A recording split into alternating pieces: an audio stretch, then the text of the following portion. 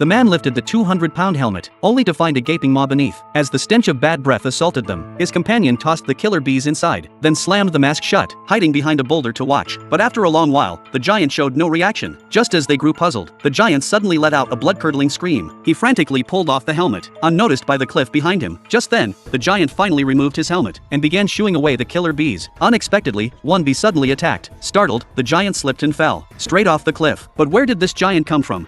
Days earlier, Jack had accidentally obtained magic beans, exposed to water. They sprouted vines reaching skyward. That day, the runaway princess found him, and rain drenched the magic beans on his table. Before they could react, a vine shot upward, carrying the house skyward. The princess was lifted 10,000 meters high. Seeing his beloved in peril, Peter immediately launched a rescue attempt, but the vine grew at an astonishing speed. Peter lost his grip and plummeted down. When he awoke, the king was assembling warriors to rescue the princess. Driven by guilt, Jack rushed forward despite the danger. When they reached the canopy, they discovered a man-eating monster lurking above. Fortunately, through careful planning, they ultimately rescued the princess. Upon seeing the fallen giant's corpse, the king finally realized the legendary man-eating giants were real. To protect his people, the king reluctantly abandoned the princess and ordered the vine cut. Unbeknownst to him, the giant planned to descend via the vine to conquer humanity. The people would become the giant's food. The two-headed giant then issued orders for his minions to slaughter humanity. By this time, the king had already severed the vine. Amidst the chaos, Jack carried the princess down the vine to land. Seeing their descent path cut off,